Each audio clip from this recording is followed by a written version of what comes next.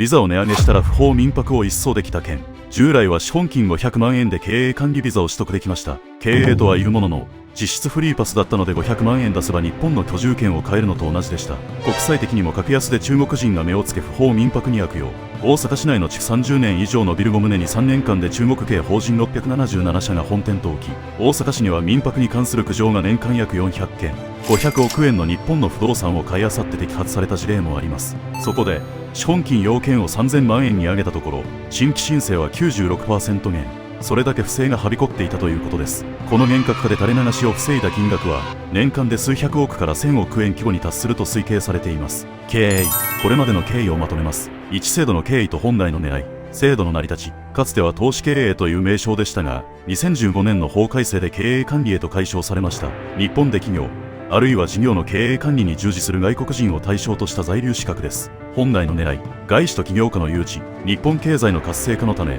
海外からの資金や新しいビジネスアイデア、技術を持つ経営者を呼び込むことが主目的です。雇用の創出、外国人が日本で会社を作ることで、日本人の雇用や経済活動の拡大を期待していました。2、厳格化に至った問題点。なぜ厳しくなったのか。厳格化の背景には、制度を実態のないビザ取得の手段として悪用するケースが激増したことがあります。制度の形骸化とお金で買えるビザ。従来の要件は資本金500万円以上、または2名以上の常勤職員の雇用でした。しかし、この500万円という基準は国際的に見て低く、500万円さえ用意すれば日本に住める切符が手に入るという認識が広がりました。具体的な不正事例、ペーパーカンパニーの乱立、実際には事業を行わない会社を設立し、在留資格だけを維持するケース、名目上の役員登記、実際には肉体労働や単純作業に従事しているにもかかわらず、書類上だけ役員として申請するケース、闇民泊などの温床、経営管理ビザで入国し、許可を得ない民泊経営など、脱法的なビジネスを行う事例が相次ぎました。問題、闇民泊などの温床、なぜ経営管理ビザがやり玉に上がるのか。特区民泊制度の悪用、特定の自治体大阪市などでは、比較的容易に民泊の認定が取れる仕組みがありました。これを悪用し、経営管理ビザの取得と民泊運営をセットにしたパッケージ商品を海外の業者が大量に販売していました。治安と脱税のセット、無許可民泊は誰が泊まっているか把握できないため、犯罪者の潜伏先になりやすいという治安上の問題があります。また、経営管理ビザで入国しながら、売上を海外の口座で決済して日本で一切納税しないという脱税スキームがセットになっていることが多く、国税庁も問題視しています。異常な集中、特定の国籍の人が特定のエリアで経営管理ビザを理由に一斉に民泊を始めるという不自然なデータが入管の調査で浮き彫りになり、制度全体の信頼性を損なうレベルに達したため、一気に厳格化の舵が切られました。なぜ経営管理ビザと民泊がセットで語られるのか。それはこの組み合わせが日本に潜伏し、かつ足がつかない拠点を作るのに最適だったからです。巧妙なパッケージ販売の実態として、SNS 特に WECHAT などでは、海外のブローカーが以下の内容をセットにした日本定住パッケージを販売していました。名目上の会社設立経営管理ビザ用中古マンションの購入事業実績用民泊としての運用売上確保と、外部の人間が自由に出入りできる拠点の構築。これを受け、特区民泊の受付停止へ進みました。2026年5月のことです。大阪市などは、経営管理ビザの抜け穴として悪用され続けた特区民泊最低宿泊日数の制限などが緩い制度の新規受付を2026年5月で完全停止しました。これは住民トラブルに加え、犯罪グループの拠点化が無視できないレベルに達したためです。加えて犯罪収益の洗浄マネーロンダリングも対策されました。2025年6月、詐欺グループが約500億円の犯罪収益で日本全国の不動産を購入し、それを経営管理ビザ取得用のペーパーカンパニーの所在地として登記していた事件が摘発されたのです。産経新聞報道。経営管理ビザが国際的な犯罪組織の日本支店を作るためのツールになっていた事例です。今回のビザ厳格化はこれら一連の流れの集大成と位置づけられています。今後、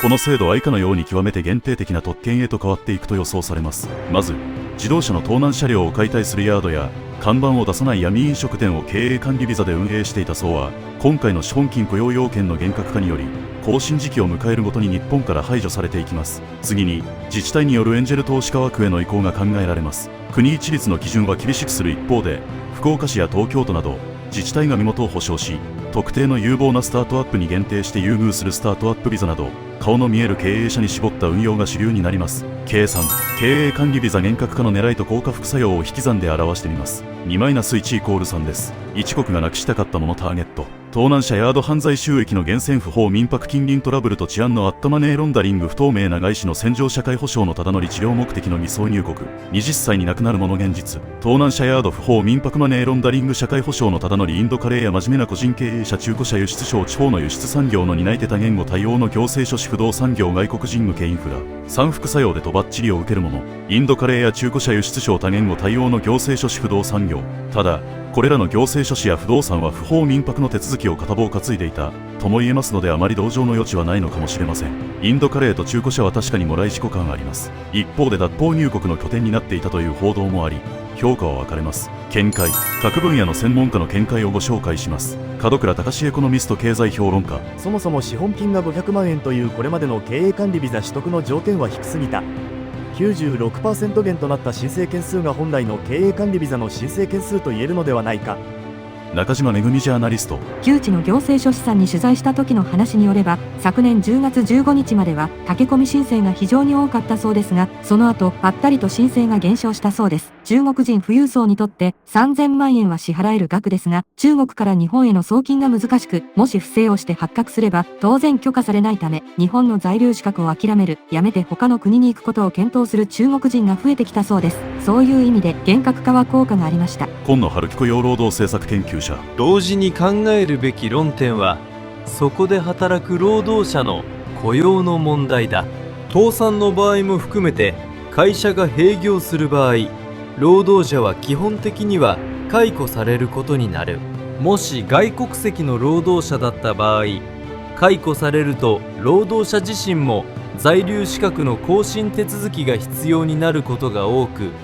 今後の在留も不安定な立場に置かれるようになってしまう。分析論理的数値的に分析すると犯罪抑止のメリットが副作用をはるかに上回る有効な政策という側面が非常に強く出ていると言えます。真面目な人もいるという情緒的な視点を排し国家のインフラ管理という視点に立つと以下の3つの事実がこの政策の正当性を裏付けています。1、犯罪インフラの根こそぎ一掃。経営管理ビザはいわば日本国内での万能な自由行動権を与えてしまう資格でした。これを絞り込むことで以下の実益が出ています。裏口入国ルートの封鎖。かつての500万円という基準はブローカーから一時的に金を借りて店金にするだけで突破できる裏口でした。3000万円という基準は店金を用意するコストやリスクを跳ね上げブローカービジネスを成立不可能にしました。ヤードや組織犯罪の拠点封鎖。警察庁の2026年2月の発表では盗難車をバラバラにする不法ヤードの摘発が進み自動車盗難認知件数はピーク時の1割以下を維持しています。経営管理ビザの厳格化はこれら犯罪グループの法的な隠れ蓑を奪う強力な武器となっています。